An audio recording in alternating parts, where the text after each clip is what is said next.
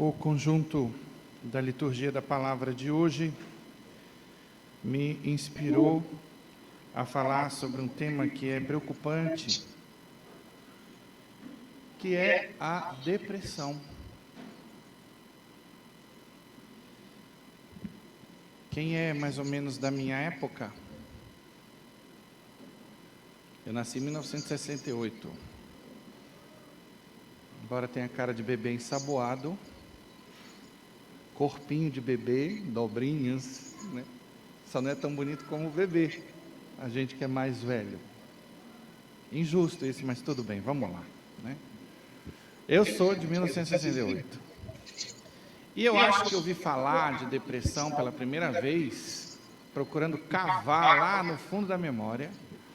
Eu devia ter uns 20 anos, 22, por ali. Então, antigamente não era comum como é hoje. Hoje a gente está assistindo um adoecimento físico e mental, que é uma coisa impressionante. Muito do adoecimento físico vem pelos maus hábitos. Alimentação envenenada, né? Muita comida industrializada, bom.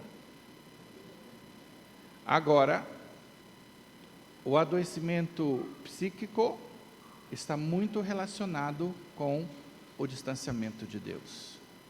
Excetuados os casos bioquímicos, quando se trata de questões existenciais, nós vamos ver problema de fé, de esperança e de caridade, as virtudes teologais.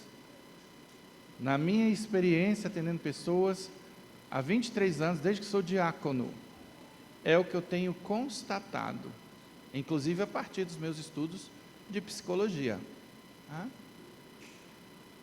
Terminei há 2 anos uma pós-graduação em saúde mental. E só confirmei o que eu venho constatando. Então eu quero abordar o assunto a partir das conclusões do Dr. Roque Savioli, que notou que os sintomas cardíacos de taquicardia, aperto no peito e mal-estar, na verdade estavam somatizando um problema emocional. O que é a somatização? Somatos, em grego, quer dizer corpo. Então, é o reflexo no corpo de um problema psicológico. Então, o adoecimento psicológico muitas vezes vai gerar o adoecimento físico. Tem linhas, inclusive, como a da medicina germânica, que é bem interessante, do Dr. Hilke Hammer, que fala, por exemplo, que aquela pessoa que se sente sufocada numa relação pode desenvolver problemas de pulmão. A gente passa por uma situação existencial de algo que não desce, ou algo que eu devia ter dito, mas que ficou entalado, eu vou desenvolver problema aqui na garganta, esôfago. Problemas com filhos podem gerar câncer de testículo, de ovário, de mama, os órgãos relacionados com a transmissão da vida. Faz sentido. É bem interessante essa teoria da medicina germânica. Esse Dr. Roque é médico formado pela Faculdade de Ciências Médicas de Santos, doutor em cardiologia pela Faculdade de Medicina da Universidade de São Paulo e diretor da Unidade de Saúde Suplementar do Instituto do Coração e do Hospital das Clínicas da Faculdade de Medicina da USP. Ele escreveu 2 livros, Milagres que a Medicina Não Contou e Depressão, Onde está Deus? E se você for para a internet, vai ler que depressão é um transtorno mental que, segundo as estimativas da Organização Mundial de Saúde, atinge mais de 300 milhões de pessoas de todas as idades. É muita gente. A incidência desse transtorno é maior em mulheres do que homens. Cerca de 5,8% da população brasileira sofre de depressão, um total de 11,5 milhões de casos. E cuidado, porque depressão não deve ser confundida com alterações emocionais e de humor que são comuns na vida da gente. Nós vamos ter períodos de tristeza, de melancolia, mas o homem moderno não suporta esse tipo de coisa. E na sociedade imediatista em que nós vivemos, que quer, tudo aqui agora, então eu tenho que tomar um remédio. Não vou encarar isso aqui. Aí as pessoas ficam se drogando. E aí, me drogando, eu não vou encarar a realidade que me toca encarar aqui agora. Eu não vou pensar sobre a minha vida. Eu prefiro ficar igual zumbi. Isso é imaturidade.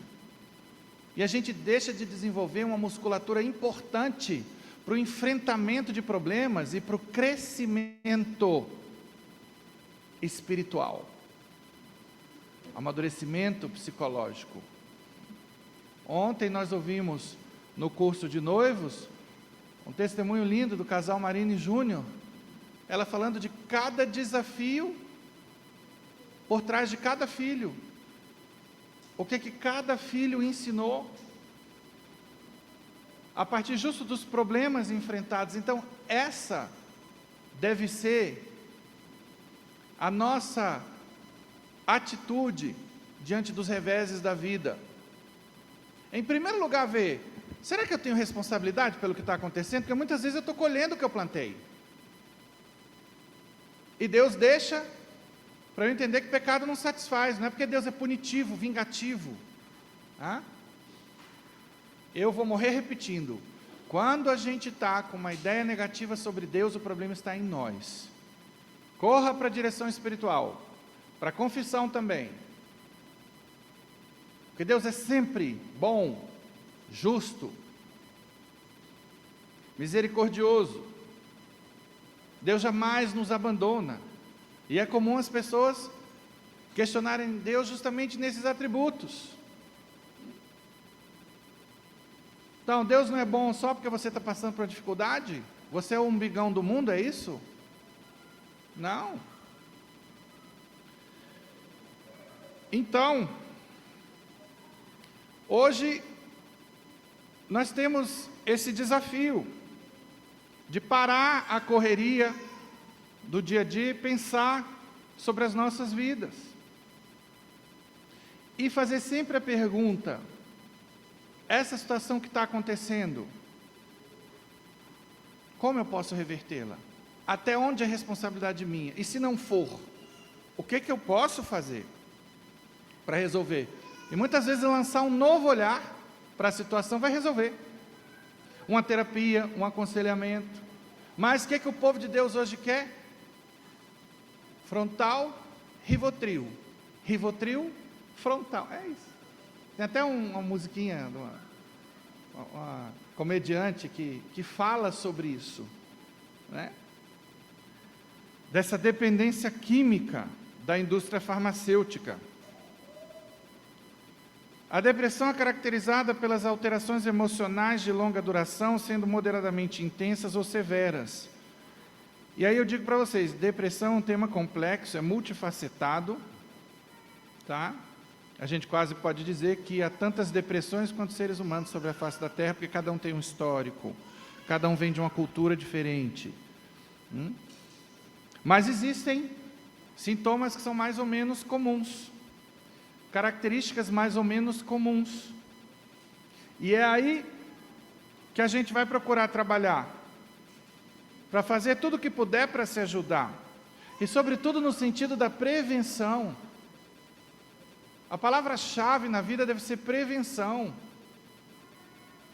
O bom médico é aquele que previne a doença, o bom bombeiro previne o incêndio. Aqui a gente procura trabalhar nesse sentido, educar a população, enfim, no sentido de prevenir incêndios.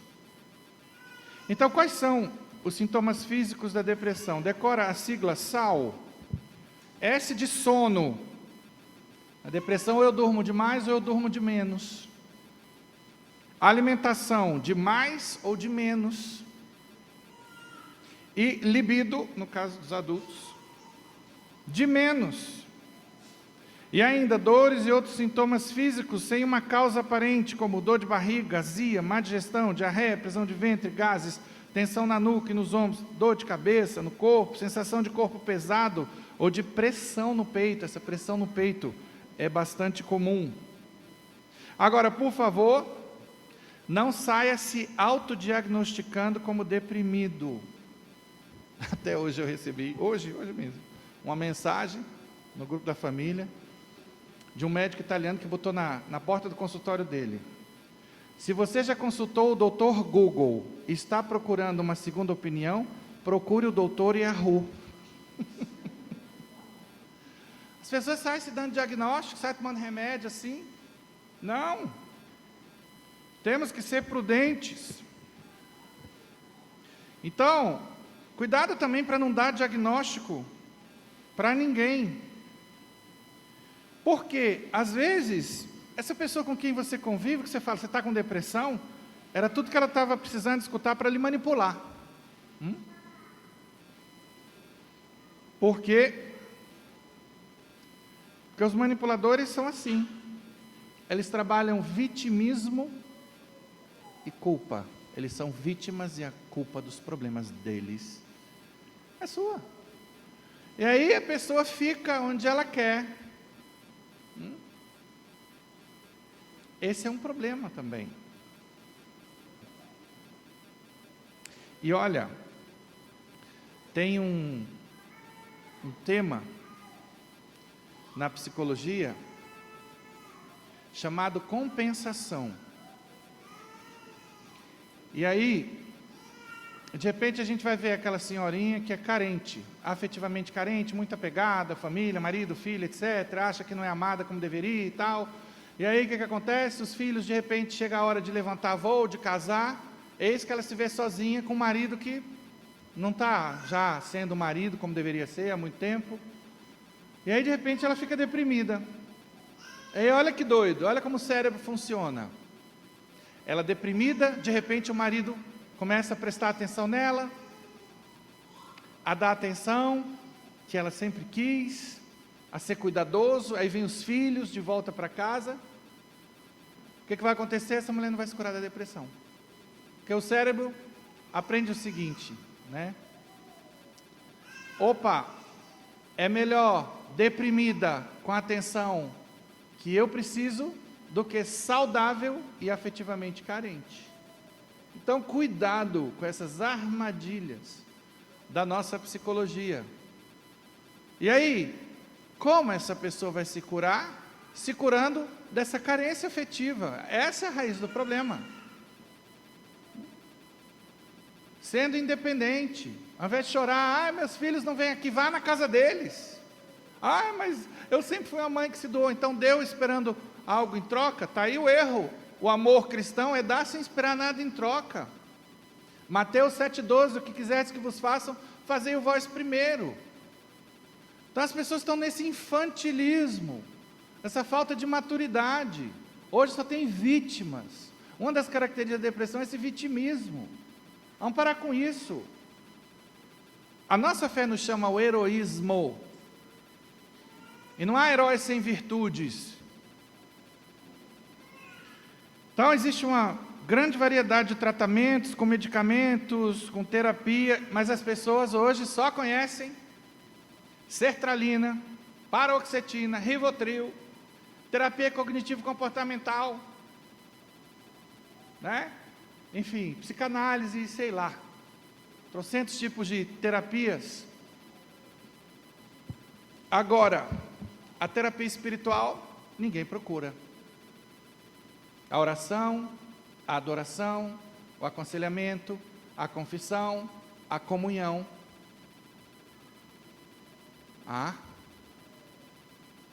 Isso é o que está faltando em muitos casos. Tratamento espiritual. Eu pude tratar uma moça aqui na capelania, eu vou chamá-la de Andréia, é um nome fictício, tá? Essa moça estava com a grande depressão, e aí começamos a fazer um trabalho. Primeira coisa que eu faço, e que é batata na maioria dos casos, é colocar a fé da pessoa em dia. Ela estava fora do enquadramento de caminhada. Não tinha vida de oração, afastar de Deus, sem confissão, sem Eucaristia. Bom, chamei para a catequese, começamos a construir uma ideia adequada de si e de Deus, porque muitas vezes essas ideias estão distorcidas na cabeça da gente, né? Que a filosofia clínica chama de malha intelectiva, visão de Deus, do mundo, do outro, visão de si. Bom, começamos a fazer todo um trabalho, essa menina se curou. Ficou tão entusiasmada que chamou a família inteira para cá, para a catequese. E a família muito agradecida e tudo lindo, tudo perfeito. Chegou no final do segundo ano, ela já curada há 1 ano, de repente ela sumiu no mapa. Aí, belo dia, me liga o marido dela, em prantos: padre, será que o senhor poderia vir aqui fazer o sepultamento da Andréia? Repito, nome fictício. Aí, o quê? Sepultamento de quem? Da Andréia. O que ela teve? Eu pensei que fosse um acidente, alguma coisa. Ela se matou, padre. Falei, não, você está brincando comigo. Ela se matou. Falei, mas como? Ela se curou, ela deu testemunho aqui, a gente ia gravar um vídeo de testemunho. Como assim? Pois é, justamente por isso, ela ficou encabulada de lhe procurar, né? Não queria incomodar. Olha só, aí a gente vê, poxa, eu estou curada, ia dar um testemunho, vou procurar o padre agora dizendo que voltou o problema? Estão entendendo por onde vai a questão? Não procurou. Isso poderia ter acontecido, sim. Significa o quê? Se teve a recaída, teve alguma coisa que não foi colocada nessa direção espiritual, ou algum dado novo. Aí, diante de um despreparo, seja de um ponto de conhecimento de si ou de Deus, tentação do demônio, são tantas coisas que vão influenciar. Isso poderia ter sido revertido, mas não.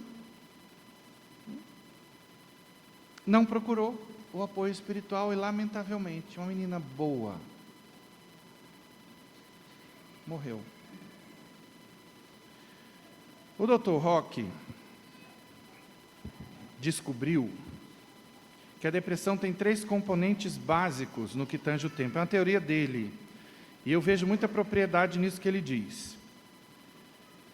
Ele chama de triângulo da depressão, que é composto de uma culpa que eu sinto quando eu olho para o meu passado. No meu presente, eu tenho melancolia, tristeza, e quando eu olho para o futuro, medo.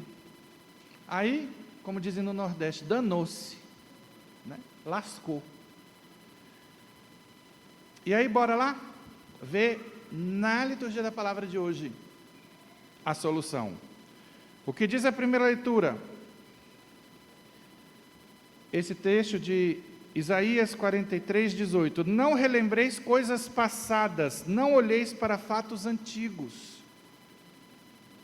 E a segunda leitura, o que diz? Bora lá. Tirada de Filipenses, capítulo 3, versículos 13 ao 14. Uma coisa, porém, eu faço, esquecendo o que fica para trás, eu me lanço para o que está na frente, corro direto para a meta, rumo ao prêmio, que do alto Deus me chama a receber em Cristo Jesus. No perdão de Deus, sou convidado a esquecer meu passado e construir um novo futuro. Esse é o ponto.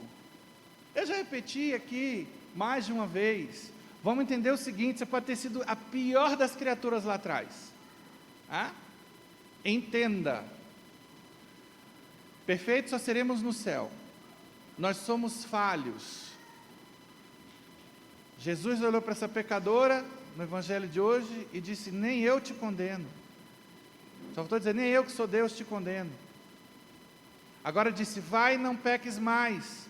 Então eu não posso voltar atrás para fazer um novo começo, para limpar o que eu sujei, mas eu posso começar agora e escrever um novo fim para a minha história. E nós vemos os efeitos do perdão. Eu já recomendei aqui, em alguma homilia, o filme Redenção, a história de um homem que foi um grande criminoso nos Estados Unidos, condenado à morte, e aí na prisão ele se converteu, chama-se Redenção, assistam. Agora parece que tem 2 títulos, é um de um camarada chamado Tookie, se escreve T-O-O-K-I-E, procura lá. E aí ele se converteu e viu, bom, o que eu posso fazer agora que vou morrer? Eu vou escrever para os jovens, para que eles não cheguem onde eu cheguei. Ou seja, escrever sobre prevenção de criminalidade. Escreveu, a obra dele foi um best-seller, vendeu muito, ele foi indicado para prêmio Nobel, não sei se de literatura ou da paz, eu não sei agora, não vou lembrar. Mas teve uma indicação dessa, começou o movimento entre os artistas de pedir clemência para ele. Aí você vai assistir o filme para saber se ele foi executado ou não. Mas olha que bonito, eu aceito o perdão de Deus e eu resolvo construir uma nova história daqui para frente. E eu tenho certeza que ele salvou muita gente a partir dessa prevenção de criminalidade, compensando pelas vidas que ele ceifou, sem querer dizer que isso é bobagem, o que interessa é essa compensação. Não, não. Mas é claro que é muito melhor uma história assim. Agora a sociedade trabalha, às vezes, essa coisa de ficar incutindo a culpa, jogando na cara, e aí vem o diabo, que é o acusador, um dos nomes do demônio, e ele vai ficar martelando isso em você, você que sofre com culpa. Entenda o seguinte, vai lá atrás, revisita a cena do crime, a culpa é totalmente sua, você pirou o cabeção, foi egoísta, não importa. Vamos confessar isso, aniquilar esse pecado na fornalha ardente da misericórdia de Deus. É isso que Jesus diz a Santa Faustina, no Diário da Divina Misericórdia, que eu recomendo como leitura, até obrigatória para quem sofre com culpa. Para se libertar disso e ver o quanto Deus é misericordioso, como nós vemos no Evangelho de hoje. E aí sim você vai conseguir se libertar, senão o demônio vai ficar trabalhando isso até você achar que deve se matar porque a sua vida não vale a pena, porque você é um traste, você só faz coisa errada, você é a desgraça da humanidade, você puxa a sua família para baixo. Cuidado com esse tipo de discurso. Muitos deprimidos estão sob obsessão demoníaca, é um dos tipos de ação do diabo. Tem 5 formas básicas de ação, uma delas é a obsessão, que é no pensamento, é aí que ele vai trabalhar. E ele vai trabalhar essa melancolia, esse medo e essa culpa. Depende do seu histórico, da sua personalidade. Às vezes dos complexos, dos traumas de cada um. Psicologia é uma coisa complexa. Por isso que muitas vezes uma terapia vai ajudar. Mas cuidado, as pessoas hoje botam a fé só na terapia e no remédio. E aí olha quanta coisa Deus fala em nosso auxílio. Se eu acredito que Deus é onipotente, se eu acredito na ação do diabo, estou aprendendo essas coisas, eu tenho que me ajudar. Eu estou mostrando aqui um caminho que vai ajudar. Como ajudou já outras pessoas que passaram por aqui com esse desafio. Pessoas que botaram fé, foram lá e pagaram o preço. Porque hoje as pessoas querem o pensamento mágico, que o padre pega a estola mágica, coloca na cabeça e fala, sai!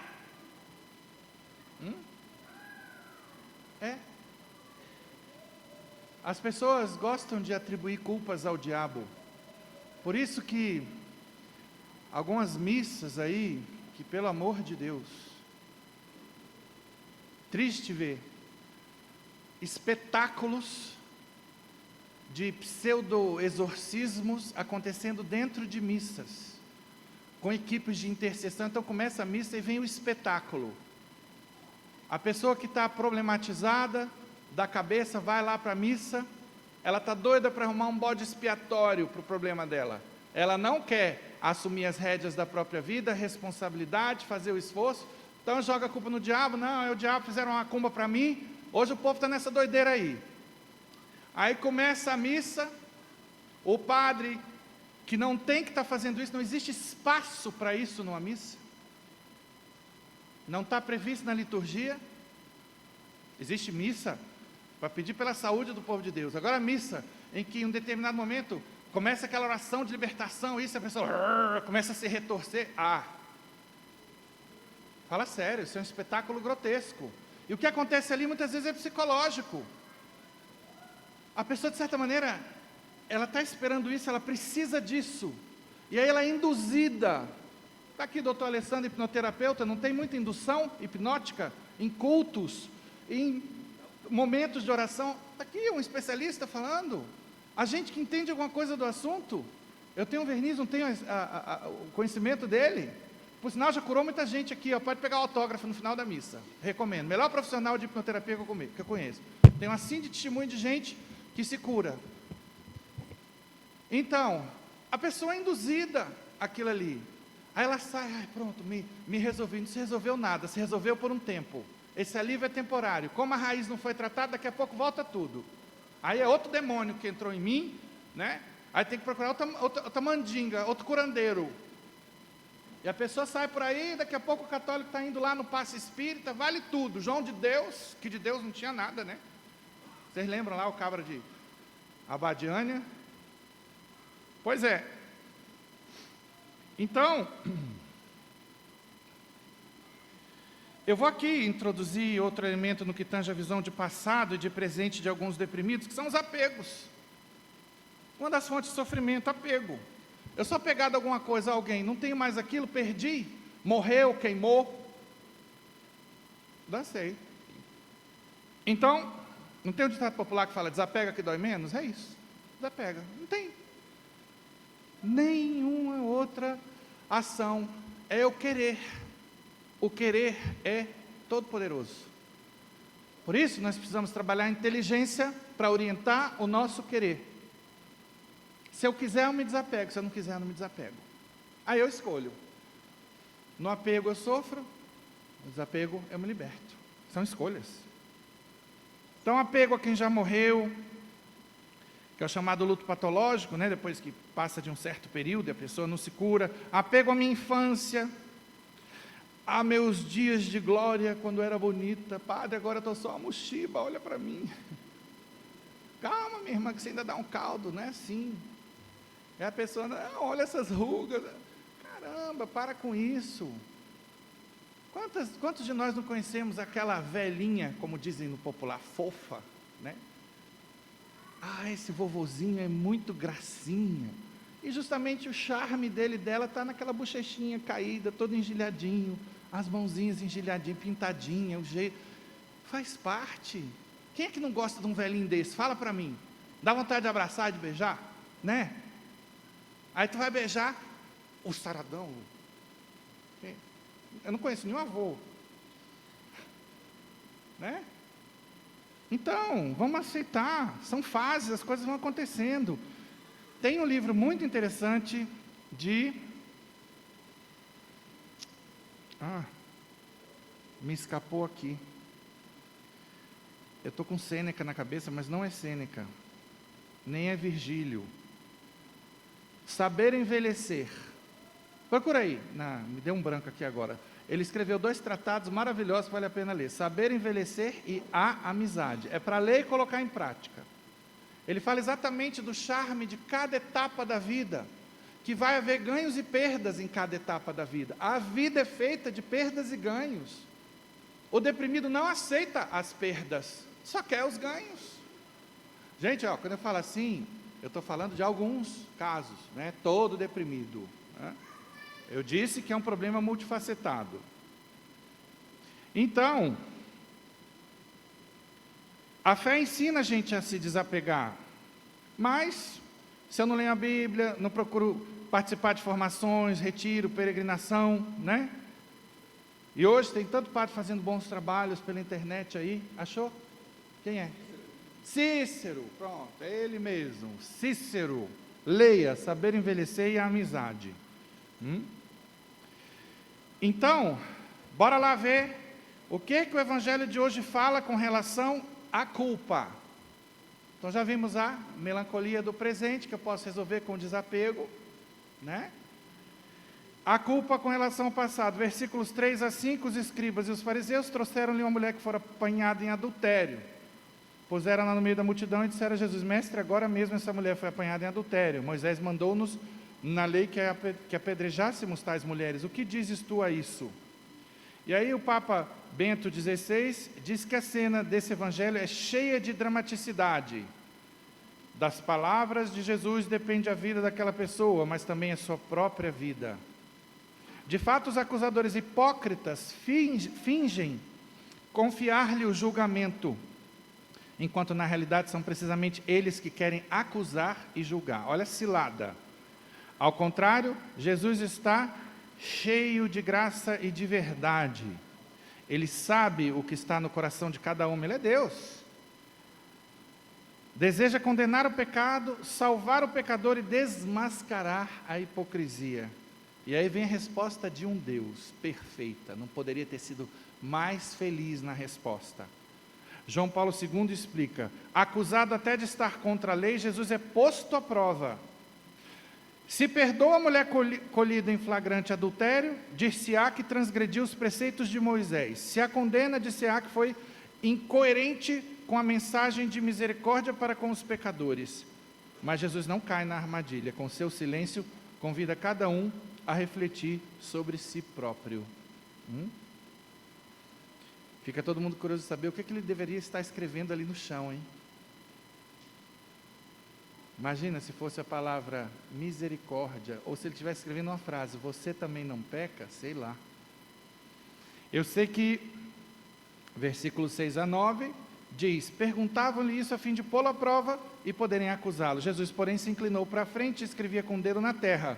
Como eles insistissem, ergueu-se e disse-lhes: quem de vós estiver sem pecado, seja o primeiro a lhe atirar uma pedra. Inclinando-se novamente, escrevia na terra. A essas palavras, sentindo-se acusados pela sua própria consciência, eles se foram retirando um por um, até o último, a começar pelos mais idosos, de sorte que Jesus ficou sozinho com a mulher diante dele. Tem exegetas que falam que os mais idosos talvez fossem também os mais pecadores, né? Porque tem mais tempo de vida, em princípio. O Papa Bento XVI diz que não interessa a Jesus vencer uma disputa acadêmica a propósito de uma interpretação da lei mosaica, senão que a sua finalidade consiste em salvar uma alma e revelar que a salvação só se encontra no amor de Deus. Foi por isso que veio à terra, por isso há de morrer na cruz e o Pai ressuscitá-lo no terceiro dia. Jesus, porém, se inclinou para frente e escrevia com o dedo na terra. Observa Santo Agostinho que aquele gesto mostra Cristo como legislador divino. De fato, Deus escreveu a lei com seu dedo nas tábuas de pedra. Portanto, Jesus é o legislador, é a justiça em pessoa. E qual é a sua sentença? Quem de vós estiver sem pecado, seja o primeiro a lançar-lhe uma pedra. Santo Agostinho observa que, respondendo, o Senhor respeita a lei e não abandona sua mansidão. Depois acrescenta que, com estas palavras, obriga os acusadores a entrarem em si mesmos e, refletindo sobre si próprios, a descobrirem-se também pecadores. Por isso, atingidos por estas palavras, como por uma flecha, tão grande como uma trave, um por um foram-se embora. Versículos 10 a 11. Então ele se ergueu e, vendo ali apenas a mulher, perguntou-lhe: mulher, onde estão os que te acusavam? Ninguém te condenou? Respondeu ela: ninguém, Senhor. Disse-lhe então Jesus: nem eu te condeno. Vai e não peques mais. Cuidado, porque os progressistas, os hereges, ficam só com a primeira parte desse discurso. Nem eu te condeno. A galera que quer pecar livremente, não, Deus, olha lá, pecadora, pega em adultério, o que Jesus falou? Nem eu te condeno. Agora vamos para a segunda parte. Vai e não peques mais. Então, quando o pecador está arrependido, quando quer fazer a vontade de Deus, quando quer mudar de vida, Deus perdoa incondicionalmente, não importa nem o número, nem a qualidade, a gravidade dos pecados, desde que eu queira mudar de vida. Eu tenho esse propósito, por mais que eu duvide da minha fortaleza e da minha capacidade, eu sempre digo, é igual o cachaceiro que chega no confessionário: padre, eu me embriaguei e tudo e tal. Beleza, meu filho, você está disposto a mudar de vida? Tem gente que nem vem se confessar porque acha equivocadamente que seria hipocrisia falar, eu estou arrependido do meu pecado, eu adoro beber, padre, como é que eu vou me arrepender? Se eu sou louco com a caipirinha, de lima então, padre, de cajá, na beira de uma praia. Aí eu falo, meu irmão, você não tem que negar o prazer que você sente nisso, o problema é você respeitar a justa medida. Na nossa fé, a embriaguez é pecado, mas eu posso beber. Jesus não transformou a água em vinho? Ou transformou a água em vitamina de abacate? Não é? Beleza? Então, e aí eu falo, você quer ser sóbrio, evitar os excessos? Sim. Mas padre, por exemplo, semana que vem vai ter o casamento do meu primo, ele é muito rico, e eu já soube que ele contratou um barman que vai fazer todos os drinks, e vai ter uísque escocês, 18 anos e tudo, e se eu escorregar? Eu falei, bora bolar um plano aqui para você não escorregar? Você vai falar para sua esposa que até para se levantar para o banheiro ela tem que acompanhar você não se esconder e não escorregar. Está disposto a fazer o sacrifício? Estou. Tá bom. Eu posso duvidar, será que eu vou conseguir? Eu sempre caio. O diabo sempre vai falar, você sempre cai, você não vai dar conta. Não faz não, eu nem me animo aí me confessar. Cuidado que o diabo é o pai do desânimo. Não aceite esse tipo de tentação. Caiu, levanta, pega a via sacra aí, nos quadrinhos. Tiraram os quadrinhos, é verdade, estamos na quaresma. Bom, via sacra, Jesus cai 3 vezes. E não desiste, ele vai até o final. Tá? E é isso que a gente tem que fazer. O Papa Bento XVI diz, portanto, um após outro, os acusadores que queriam provocar Jesus vão-se embora, a começar pelos mais velhos até os últimos. Quando todos se foram, o mestre divino permanece a sós com a mulher. O comentário de Santo Agostinho é conciso e eficaz. Só permanecem 2 ali. Quem? A miserável e a misericórdia. Vai, não tornes a pecar. São João Paulo II disse, enquanto o homem tende a identificar o pecador com o seu pecado, negando-lhe deste modo qualquer saída, o Pai Celeste, ao contrário, enviou seu Filho ao mundo para oferecer a todos uma via de salvação. Cristo é essa via. Ao morrer na cruz, ele redimiu os nossos pecados. Jesus repete aos homens e mulheres de todas as épocas, eu não te condeno, vai e daqui para frente não tornes a pecar. É para todos nós essa palavra. O Papa Bento XVI diz que Jesus, absolvendo a mulher do seu pecado, introduziu-a numa vida nova, orientada para o bem. E sobre o presente, falando do triângulo da depressão, ainda temos um detalhe no capítulo 4, versículo 8. Além disso, irmãos, tudo que é verdadeiro, tudo que é nobre, tudo que é justo, tudo que é puro, tudo que é amável, tudo que é de boa fama, tudo que é virtuoso e louvável, eis o que deve ocupar vossos pensamentos. Então, a gente fica aí com excesso de preocupação. A gente não faz uma limpeza emocional, que eu disse que é tão importante quanto o exame de consciência, porque as emoções refletem os nossos pensamentos. Todos os atos humanos são primeiro pensados. Então, se eu estou falando de inteligência emocional, eu tenho que controlar, pensamentos. Eu tenho que calibrar as minhas crenças e valores, porque afetam o meu agir. E o meu agir também vai afetar as emoções. Então, se um dia você vai dormir com medo, no outro dia você vai dormir triste, no outro dia você vai dormir culpado, no outro com raiva, a vida é uma droga, aí vem a depressão. Então, por isso a gente tem que parar e pensar sobre a própria vida, como estamos vivendo, e procurar no Evangelho essas respostas. Então, vamos trocar as preocupações pela gratidão, que tal? A ciência diz que as pessoas mais felizes são as mais gratas. É isso. Então, com relação à preocupação, se pergunte, espera aí, para resolver esse problema aqui que me preocupa, o que eu posso fazer? Beleza, fiz tudo que eu posso fazer agora? O que eu posso fazer agora é só na semana que vem. Para de se preocupar com isso, na semana que vem coloca lá o alarme para lhe lembrar que você tem que fazer tal coisa. Pronto, tenha paz. Agora, muitas vezes eu quero o quê? É o que a psicologia chama de control freak. A neura do controle, eu quero ter o controle, eu quero ter a certeza, tem que ser do meu jeito, tem que ser no meu tempo. Se não, não. Está fazendo sua parte. Você entende que Deus vai lhe dar isso que você quer, se é para o seu bem? Beleza? Deus é onisciente, sabe o que é melhor para mim. Agora, muitas vezes eu quero saber mais do que Deus. Não, isso é o melhor para mim. Eu tenho certeza que é o melhor para mim. Esse é o problema. Confia na providência divina, no amor de Deus, na justiça de Deus. Então, o que for justo, Ele vai lhe dar. Ele é amoroso, Ele sabendo da sua necessidade, do seu perrengue. Agora Ele vai lhe dar do jeito dEle, no tempo dEle. Essa é a diferença. Então, que tal começar a colocar as nossas questões em oração, ou na adoração de preferência? Aniquilar as nossas culpas na fornalha ardente da misericórdia de Deus, que é o confessionário, e sobre o futuro, para encerrar, Filipenses 4, 6 a 8, está aqui na segunda leitura. Não vos inquieteis com nada, em todas as circunstâncias apresentai a Deus as vossas preocupações, mediante a oração, as súplicas e a ação de graças. Interessante, Madre Teresa tinha uma oração que dizia: Senhor, eu te agradeço muito mais por aquilo que me tomas do que por aquilo que me dás.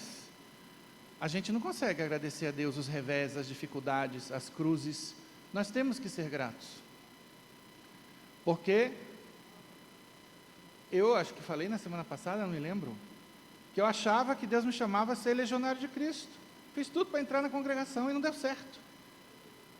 E foi graças a isso que na época eu não entendi, para mim foi duro, foi difícil. Eu não tinha teologia, tá? Eu estava ali começando a minha caminhada. Hoje eu vejo onde Deus me queria, era coisa muito melhor para mim, de acordo com os talentos que Ele me deu e me confiou.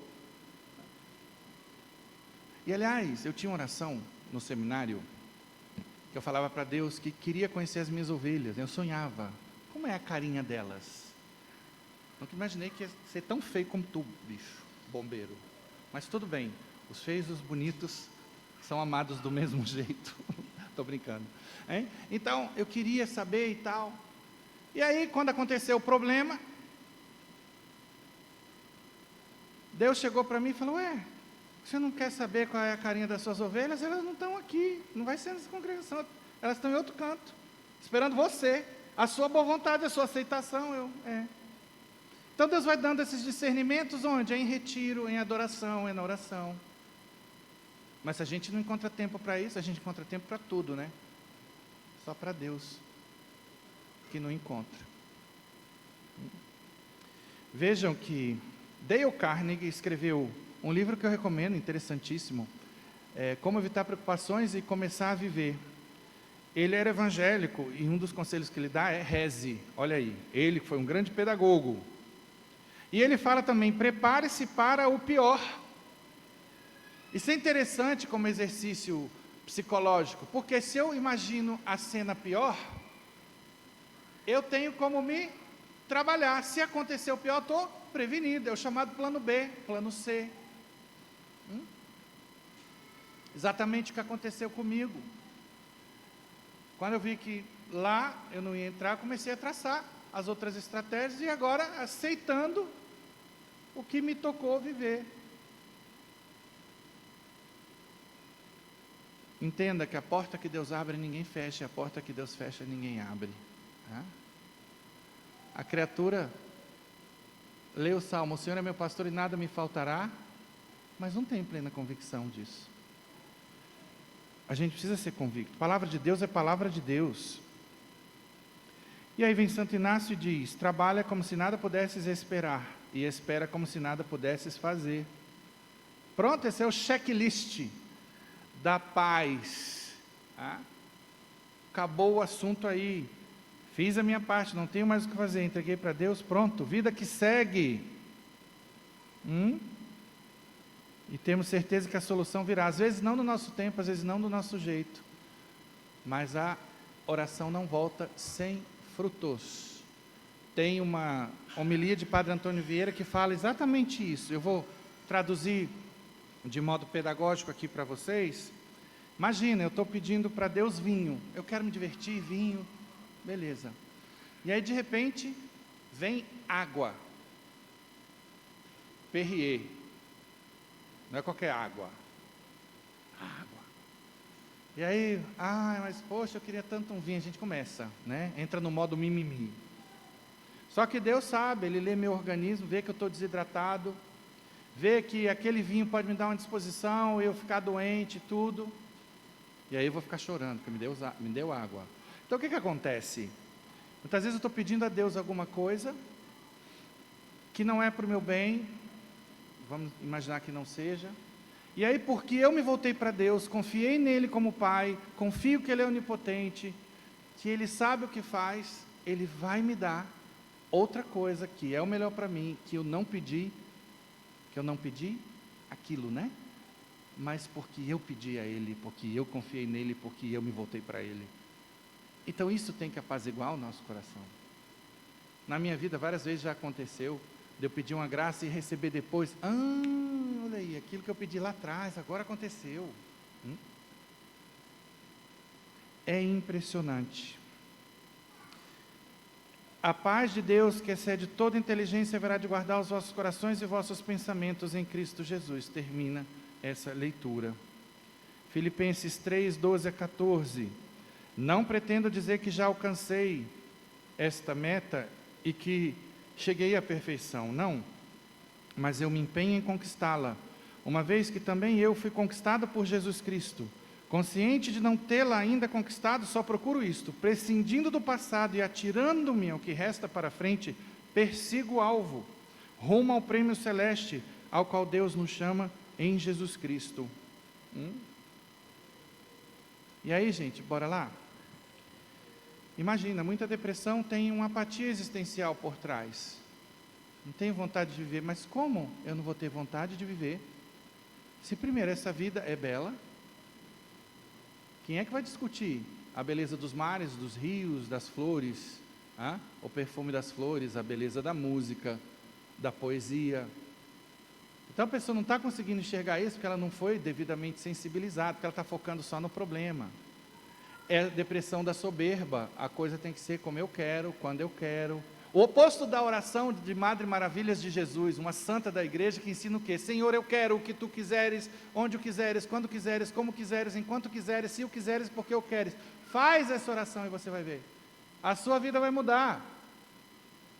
Até porque de tanto rezar isso, na hora que as coisas não forem do seu tempo, o anjinho da guarda vai botar as asinhas na cintura e falar, ué, tu não fala todo dia, Senhor, eu quero quando quiseres, e tu está querendo o teu tempo, criatura, hello?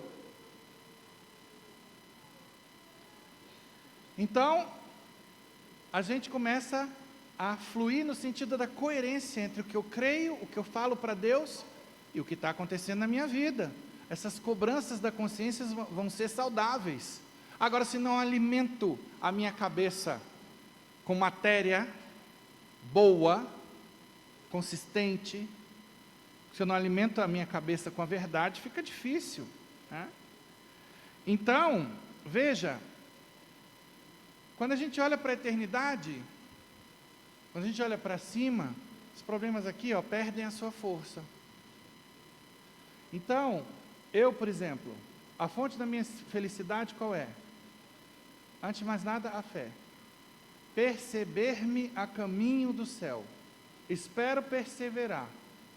Estou convicto de que o céu existe, que é muito melhor do que aqui. Agora, se eu não sei como é que é o céu, se eu acho que aqui é muito melhor, eu vou querer ficar aqui, eu não vou querer morrer. Aí começam os problemas. Tudo brota de quê? Da ignorância. Por isso, conhecereis a verdade e ela vos libertará. Eu preciso conhecer a verdade que está na Escritura. E aí, bem-vindos à nossa formação, toda quinta-feira, aqui 19h30, quem está em casa também está convidado. Nossos noivos. Eu dou essa formação, eu faço questão de dar. Porque eu descobri tanta coisa linda e maravilhosa na fé, que o amor me impele a compartilhar. Tanta coisa linda sobre a igreja católica é a grande desconhecida dos católicos, porque o mundo envenena as pessoas contra Cristo, especialmente Cristo na sua igreja, na igreja que Ele fundou, que deixou como sua embaixada na face da terra, para nos indicar o caminho do céu, para nos ministrar os sacramentos, para nos santificar. Porque na igreja tem pecado? Tem, teve, terá. Qualquer lugar, onde não tiver pecado, me diga. Onde não tem pecado? Em que meio? No corpo de bombeiros não tem pecado? Eu estou aqui cheio de bombeiro. Tem. Bombeiro santo, bombeiro mala, no exército, no meio dos médicos, em todo lugar. Vai esperar que aqui todo mundo seja santo? Em princípio, deveríamos ser todos santos, mas e aí? Bem-vindos ao mundo dos homens. Pezinho no chão, moçada. É por aí que vai. Então, concluo com as palavras de São João Paulo II. Hoje, a liturgia da Quaresma nos propõe a página do Evangelho de João, que apresenta Cristo e uma mulher surpreendida em adultério. O Senhor não a condena, pelo contrário, a salva da lapidação, do apedrejamento. Não lhe diz, não pecaste. Ele não fala, não, bobagem, o que aconteceu aí? Não. Ele diz, eu não te condeno. Vai e doravante não tornes a pecar. Na realidade, só Cristo pode salvar o homem, porque assume o seu pecado e lhe dá a possibilidade de mudar. Explica Bento XVI as palavras de Jesus. Elas estão cheias de força da força da verdade, que desarma, que derruba o muro da hipocrisia e abre as consciências a uma justiça maior, a do amor, que consiste no cumprimento pleno de todo o preceito. A reação do Mestre, que é a justiça em pessoa, é impressionante. Em nenhum momento saem de sua boca palavras de condenação, mas de perdão e misericórdia, com a suavidade que convida gentilmente à conversão. Deus não quer o pecado e sofre por isso, mas Ele tem paciência e é compassivo. Jesus nunca quer o mal, Ele só deseja o bem e a vida. Por isso, com sua grande misericórdia, instituiu o sacramento da reconciliação, para que ninguém se perdesse, mas, ao contrário, para que todos nós possamos encontrar o perdão que necessitamos, por maiores que tenham sido as nossas faltas. E eu recordo, meus irmãos, Quaresma é tempo de confissão. Não deixem para a última hora. Eu e o Padre Alexandre atendemos todo dia, a qualquer momento. Qualquer hora é hora para atender confissão aqui. Todo santo dia, depois da Santa Missa, eu atendo confissões. Ele está no confessionário. Depois das missas, nós atendemos também. Não esqueçamos, esta palavra diz-nos o Papa Francisco: Deus nunca se cansa de perdoar. Nunca. O problema é que nos cansamos de pedir perdão. E é isso que o diabo vai fazer. Dar essa canseira de pedir perdão, o desânimo consigo mesmo.